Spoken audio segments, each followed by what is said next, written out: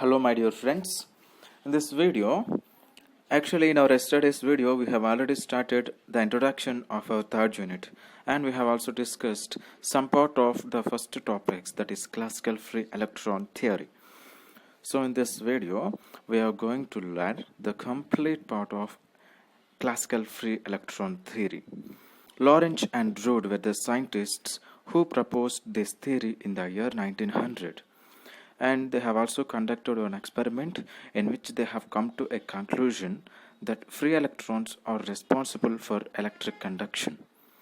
So in this video we are going to look at how what is the derivation that they have derived from the experiment they have conducted. Okay, so before going to derive the expression for electric conductivity, we have to understand, we have to know few terms, that is terms like yesterday we have discussed already.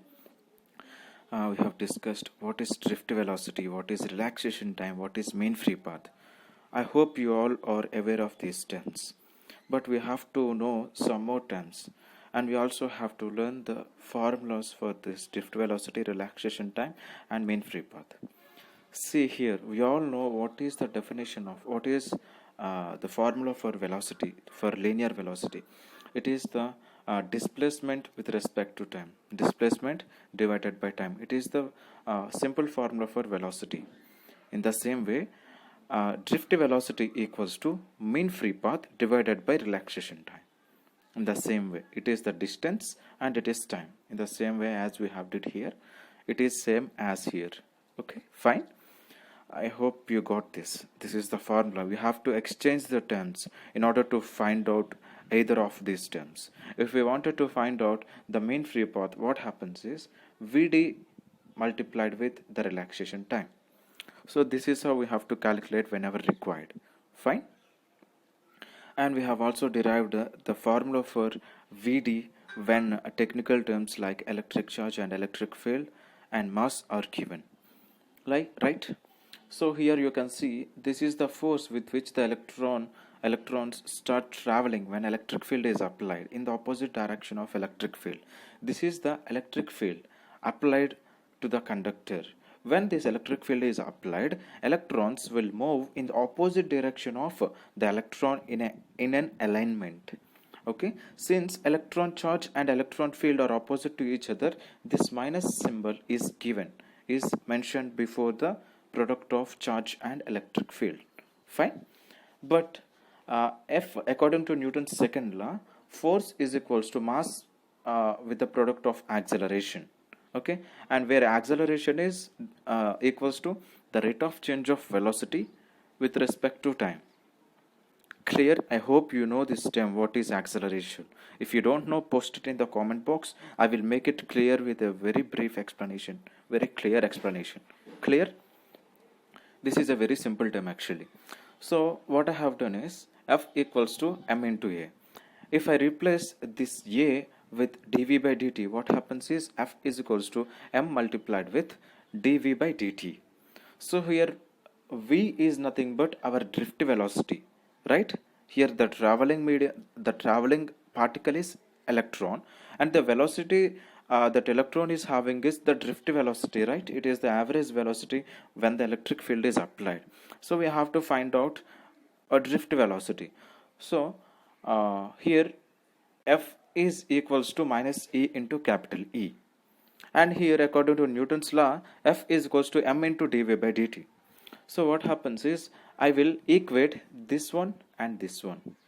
So what happens, m dv by dt dvd by dt equals to minus E into E. I have to find out Vd. So Vd, which is in the differentiation, if I take this differentiation towards this side, what happens? Differentiation becomes integration, and it is a cancel for the differentiation and integration, right? So finally equation comes up to be V to the subscript d equals to minus E into E tau by m. I have forgot to tell you that. See, drift velocity is represented by V to the subscript d, and relaxation time is denoted by tau. This is tau. Fine. And mean free path is denoted with lambda. This is nothing but lambda. See, these are the denotions we have to remember. Fine. And here you have clearly understood. And this time can be, this time which I have mentioned here, dt. This can be d tau, which is nothing but the relaxation time. So finally equation comes out to be Vd equals to minus small e into capital E into tau divided by m. This is the formula when electric field and mass are given. Fine. And we here it is current density. We have to understand this term. Since we have to derive a derivation for electric conductivity, we have to know all these terms, and thereon we can derive it in a very easy way. Fine. Here it is current density. Current density, it is nothing but J equals to I by A. What is I by A? It is the electric current induced per unit area. Suppose you have a conductor here, and when I try to cut the conductor into two pieces, it will show a cross section like this. See here, you can see the cross section. So cross section will have some area, and current density tells us that how much electric current is induced per unit area. That way we can come to understand the intensity of electricity for unit area. Fine. This is nothing but intensity of density of current. Fine.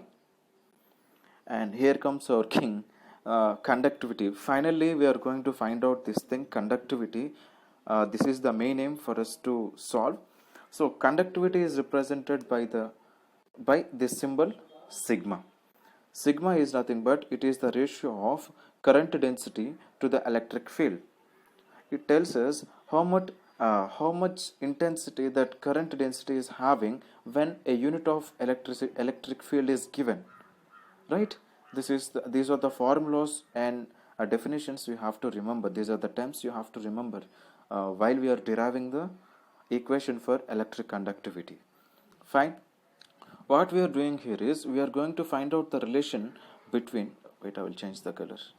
We are going to find out the relation between drift velocity and electric current density, and thereon we are going to find out, with the help of electron density, electric current density, we are going to find out sigma. It is nothing but electric conductivity, which comes out with the help of experiment that was conducted yesterday. Fine. And we also have to know one more thing. In the absence of electric field, what is the energy possessed by the electron? What is the energy? The electron is moving randomly in different directions. For moving in different directions, electron must possess kinetic energy. Since kinetic energy is the energy of motion, right? So electron will have kinetic energy. The formula for kinetic energy is half mv square, where v is the velocity. But here we are representing the velocity of electron with c bar, right? Half mc bar square, that equals to, when it is in absence of electric field, what happens is this energy is directly equals to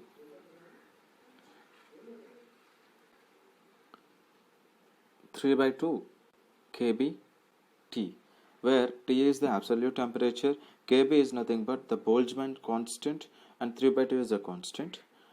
So this is how the energy is equal to 3 by 2 kBT. It is in the case when there is no electric field is applied to the conductor. This is one of the properties that the electron is having in the absence of. This is the assumption made. In deriving the classical free electron theory, right? So what happens? In order to find out C, what we have to do? We have to remove all these terms and we have to send it to this side. Okay, fine. And there on the screen you can see 2 and 2 can be cancelled directly, because since they are equal to each other, right? And mc square equals to 3 kBT. When I take this m this side, what happens is c square equals to 3 kBT divided by m, where I just want individual c. What happens is that I will just minimize it.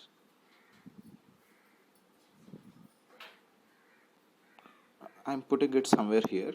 Fine. So I just need c. So C equals to 3 kBT 3 k to the subscript b into t divided by m under root. This is the expression for the velocity of the electron at any instant at a particular temperature. If the temperature is given, it can be easily the velocity of the electron can be easily found out. Clear? And mass of the electron is constant. That is that is constant. It cannot be changed. 3 is constant, and kb Boltzmann constant. It is also a constant term, which may not be varied, but the temperature can be varied. So the velocity of the electron while moving in different directions is directly depending on the temperature, since temperature is the only thing that can be changed. Clear? Guys, let us start deriving it. So this derivation is for the electric conductivity by the classical free electron theory, right? So yesterday we have discussed an experiment. See, this is wait a second. This is a conductor in which the electrons which are inside the conductor are moving in all possible directions with random velocities, right? But when the potential difference is connected, a potential difference is created, and an electric field is induced into the conductor, what happened? So change has occurred. So all the electrons which are moving in all random directions has taken a diversion and has chosen a single unique direction which is opposite to the electric field, right?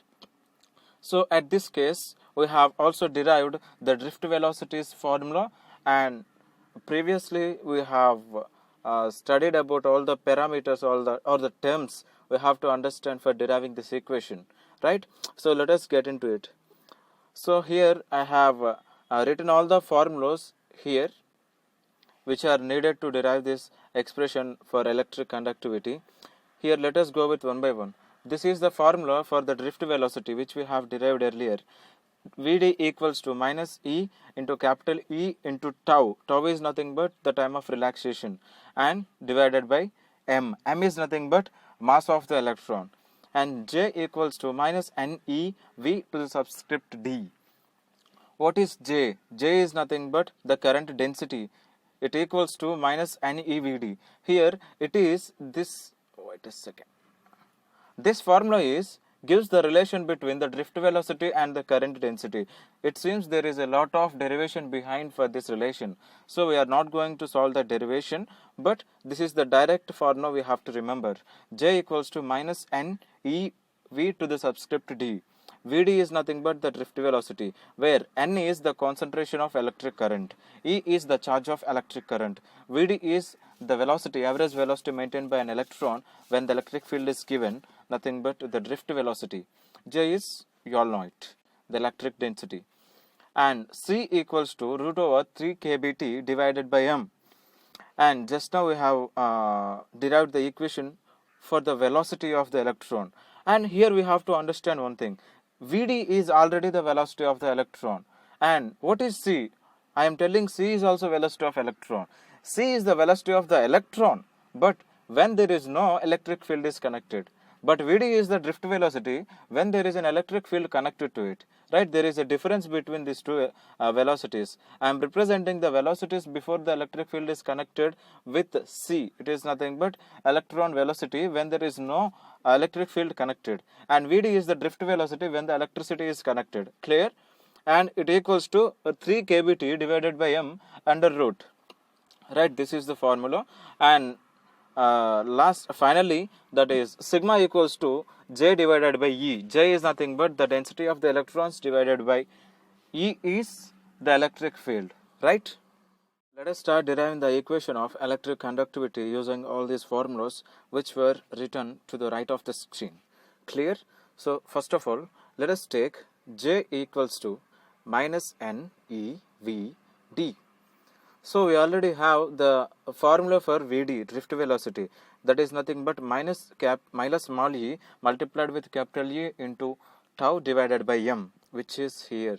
So we can directly replace this formula in the place of Vd. So let us do it. So J equals to minus NE, and again Vd I am replacing with its formula. Wait a second. E into tau divided by m.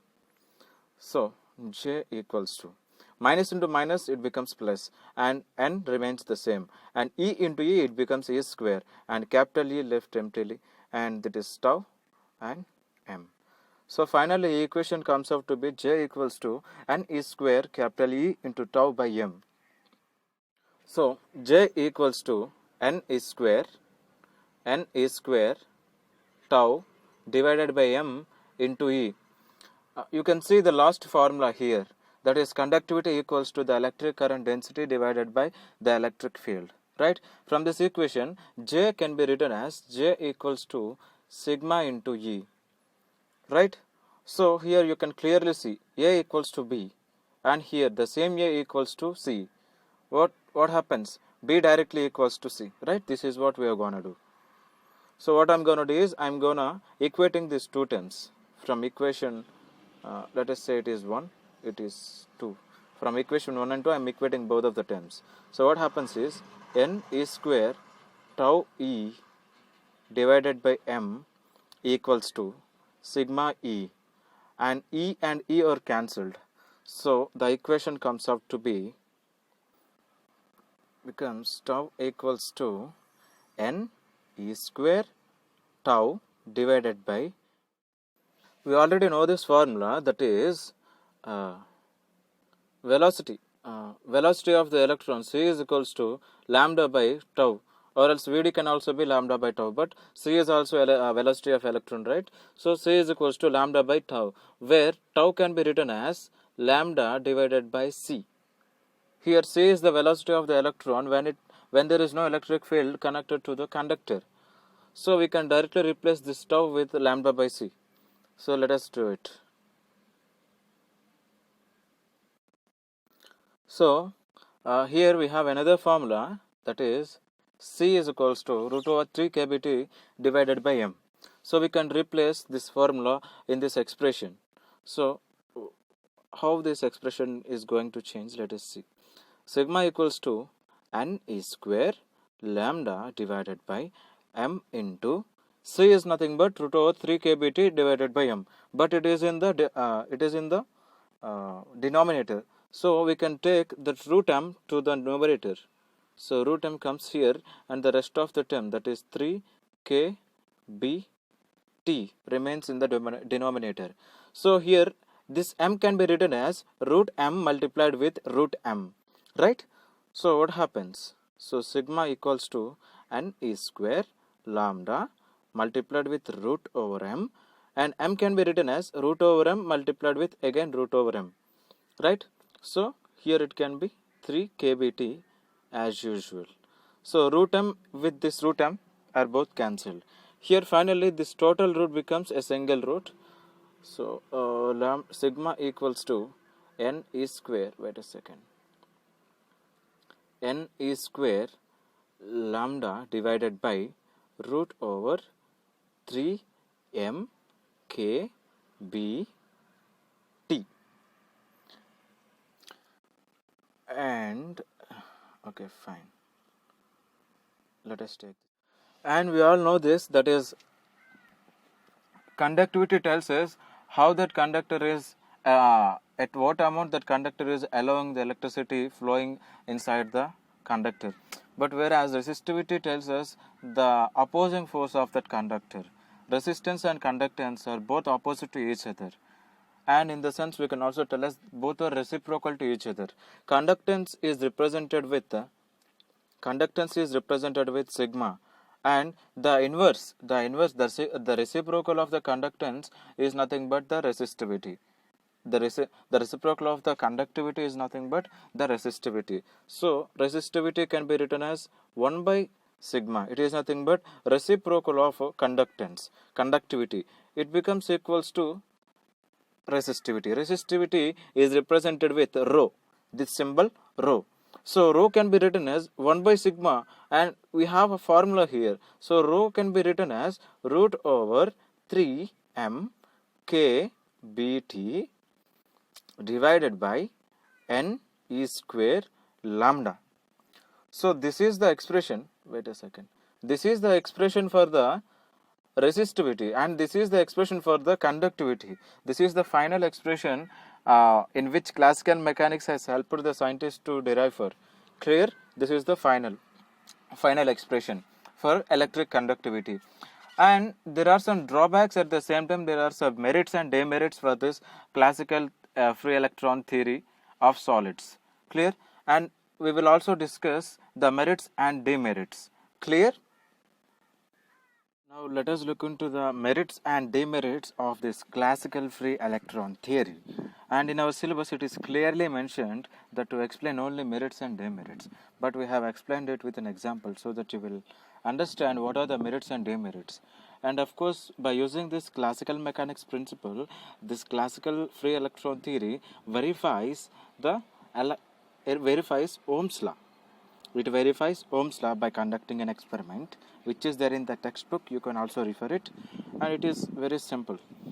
So it verifies the Ohm's law by using the principles of classical free electron theory, and it also explains the electrical and thermal conductivities of the metals. Now itself we have derived an expression, and they also came to a conclusion that free electrons are the reason for the conductivity of electricity. And there is an expression which can be derived with the Weidmann-Franz law that gives us the ratio between the electrical conductivity and thermal conductivity, thereon leading to the expression for the thermal conductivity, right? So it derives the Weidmann-Franz law, which derives the equation for the thermal conductivity. Clear? And it also explains the optical properties of the metal like reflectivity, refractivity, these kind of properties of the metal, right? These are all the merits of classical free electron theory of solids. Clear? Here comes demerits. And what could be the demerits? Specific heat of the solids. And it failed to explain the specific heat of the electrons that are receiving. Basically, with the temperature, electrons will also get some temperature. They will be heated up, and electrons will continuously maintain some temperature, which is also called as electrical specific heat. So electronic specific heat maybe. So this is the specific heat that is maintained by the electron. Experimentally, when we do experiments and try to calculate the specific heat of capacity of the electrons, it comes out to be 100 times lesser than the theoretical value, and the theoretical value comes out to be 12.5 kilojoule per kg Kelvin, and the theoretical value and the experimental value can be it is 100 times lesser than the theoretical value. So it is the biggest mistake, and it is the biggest drawback of this theory. And temperature dependence of the conductivity. And can we go to the formula of conductivity? And it came out to be sigma is equals to n is square tau by 3 m kb t. N is square, it is not tau. Wait a second. And it came out to be a formula like this, and where here you can clearly see while all the rest of the things are at constant, sigma is inversely proportional to root t. But when it is theoretical value, it is the theoretical derivation, but the temperature is increasing not exponentially, it is being decreased directly, like sigma is inversely proportional to t, and it is not inversely proportional to root over t. So this is one of the biggest drawbacks. And third comes, it is the dependence of conductivity on it is electron. Okay, it is electron concentration. What is electron concentration? N is nothing but the electronic concentration. Here, when all the others kept constant, sigma is directly depending on n, which directly means sigma is proportional to n. But when comes to experimental calculations, sigma and n are not having any direct relation. But when we calculate theoretically, these are directly depending on each other. If n increases, sigma will also increase, or else if sigma increases, it indicates that n is being increased. But there is no direct relation when we go experimentally into this. But theoretically, when we go into this, it is giving a formula like sigma is directly proportional to n, but it is not the case when we go with it experimentally. I hope that all of you students have understood the derivation as well as merits and demerits And in our upcoming videos we will be discussing everything and every topic in this unit, and also soon we will be getting into our fourth unit, and we have to complete it by the end of our holidays or end of this corona maybe. And until then, stay home, and please progress me that if you have any doubts, please let me know in the comment box section, and so that I could come to know, and I will explain the doubts personally, or maybe in the comment box I will explain you, or else we have a special WhatsApp group. So in that WhatsApp group you can ask me any doubt. If you have problem with the WhatsApp group with so many messages, please try to contact me personally. I will be available 24/7, and if you have any doubts, please ask immediately, or else report them in the comment box section. Thank you so much.